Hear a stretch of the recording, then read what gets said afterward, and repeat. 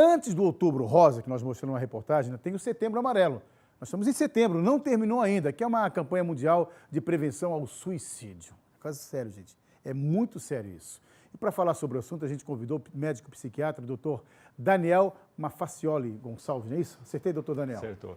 Boa tarde, tudo bem? Obrigado pela presença. Boa tarde. E eu já vou te fazer a primeira pergunta, que é uma pergunta que muita gente está em casa e está curioso para saber. Quase 90% dos casos está relacionado ao suicídio, está relacionado ao tal de transtorno, né, psicológico. A gente caracteriza até alguns transtornos, que até conversei com o senhor fora do ar aqui, é o caso da esquizofrenia, da bipolaridade, do autismo, da hiperatividade, né? As pessoas têm... Isso tudo, até da alimentação, pode chegar a pessoa ter um transtorno psicológico. Mas eu queria que o senhor explicasse na prática o que seria esse transtorno psicológico, para que essas pessoas possam chegar a um ponto que chegam hoje em dia a tirar a própria vida. Então tá, boa tarde Boa a tarde. todos, boa tarde, Dino. Bom, em primeiro lugar, assim, acho que é importante a gente ter uma ideia do que significa o suicídio hoje. E isso é algo muito impactante, assim, se você imaginar que o suicídio é a segunda causa de morte entre adolescentes. Entre adolescentes, é preocupante isso, hein? E a segunda causa de morte entre adultos do sexo masculino. Sim. Então, quer dizer, o impacto dele na sociedade de hoje é muito grande. E você veja, por exemplo, agora a gente viu o caso da menina, né, uma tragédia, né? Você imagina para uma família que vive uma tragédia de uma morte por suicídio. Quer dizer, a carga que isso representa é algo assim que destrói muitas famílias muitas vezes, né? Então, a gente quer chamar a atenção quer trazer à tona o assunto, né? Porque se tem alguns mitos e alguns preconceitos em relação ao suicídio e em relação ao transtorno mental, que seria o transtorno psiquiátrico, né? Como você disse, né? 90% a 95%, alguns casos se chega a 100%, dos casos de suicídio, a pessoa tem um transtorno psiquiátrico. Nós tivemos casos até de suicídio que, infelizmente, televisão não noticia suicídio, né? Não. Isso é uma orientação, linha editorial de todas as emissoras. A gente sabe do fato, mas a gente faz uma outra história para chegar ali, mas não comenta. Vamos mostrar uma pessoa que tentando se jogar de um prédio, isso aí não faz. A gente relata a notícia, mas não fala do suicídio em si, em geral. Mas Balneário Camboriú isso preocupa muito. O número maior é a cidade que mais registra de suicídios.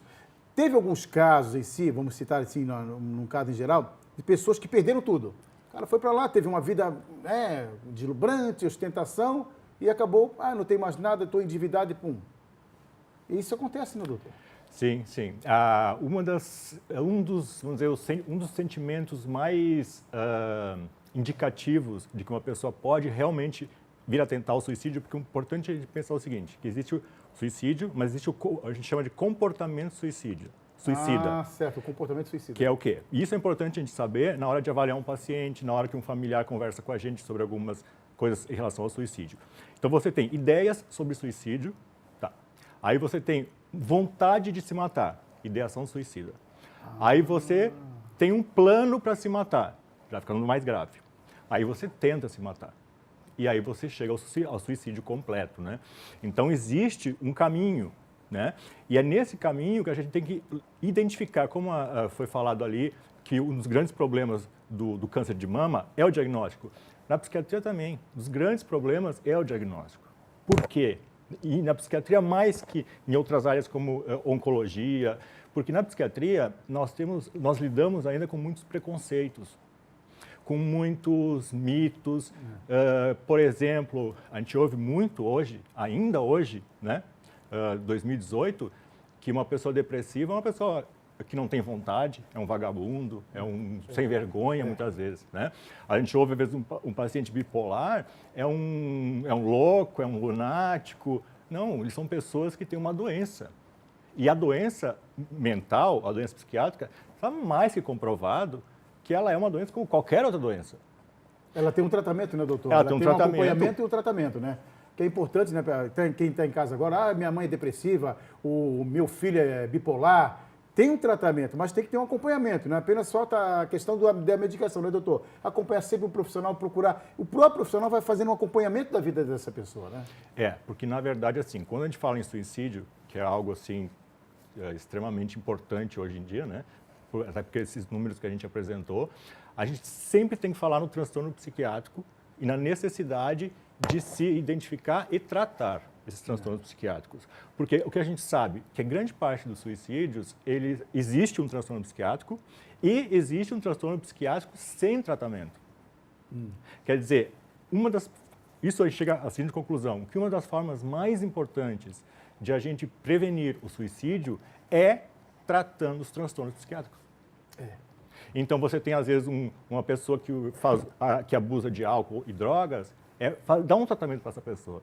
É fazer com que ela melhore a sua vida, que ela não tenha mais transtorno, e isso diminui o risco de suicídio. Doutor, isso é genético? Isso pode acontecer? Já divide de histórias de familiares? Ah, pode também. Tem um componente genético muito importante. Por exemplo, eu tive um tio que suicidou-se, um irmão que suicidou-se, ou quem sabe que tinha um problema sério de cabeça, como eles falam, né? Então pode acontecer também no dia a dia, na geração entre pessoas. Na realidade, o transtorno psiquiátrico, ele tem uma hereditariedade muito forte. É muito comum filhos de portadores de depressão, transtorno bipolar, também ter algum tipo de transtorno psiquiátrico, né? E da mesma forma o suicídio também. E parece que ele tem uma certa genética, assim, né? Por assim dizer, que ele tem uma frequência maior em famílias que já tentaram suicídio. A prole e os que vêm depois, eles têm maiores taxas de suicídio e de tentativas de suicídio. Antes que você falou sobre o que perdeu tudo e tal, né? Eu comecei a falar e não terminei. Um dos sentimentos que para a gente é mais, assim, um dos mais importantes, que predizem a possibilidade de ocorrer um suicídio, que é ir da ideação suicida ao plano, à tentativa e realmente o suicídio. É a desesperança, é a falta de esperança. Em qualquer transtorno psiquiátrico ou não transtorno psiquiátrico, a falta de esperança, a falta de visão de futuro, de esperar algo melhor para a sua vida. Isso é um dos grandes preditores de suicídio, né? E a gente volta àquela velha tese do Freud, que eu falei com o senhor aqui há pouco. Existem duas opções, duas pulsões. A pulsão da vida e a pulsão da morte. Então, tem que lutar, né, contra a morte e tentar viver, que é o mais importante também, né?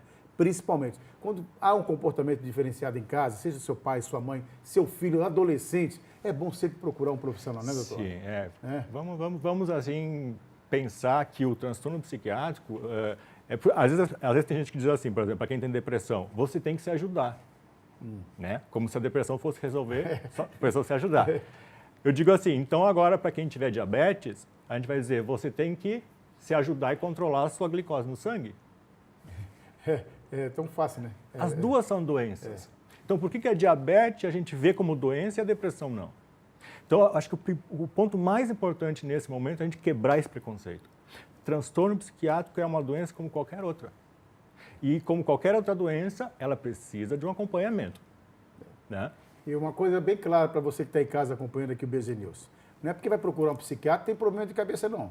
É sempre bom, quando há um comportamento diferenciado em casa, procurar um profissional. Ele vai te dar toda a orientação. Se necessário, vai prescrever uma medicação. Caso contrário, você vai viver feliz. Doutor, obrigado. Gostei do assunto, hein? Obrigado. Vamos voltar a conversar, falar com a irmã, com o Elian lá, para a gente agendar de novo o nosso bate-papo, tá bom? Tá certo. Grande abraço. Obrigado.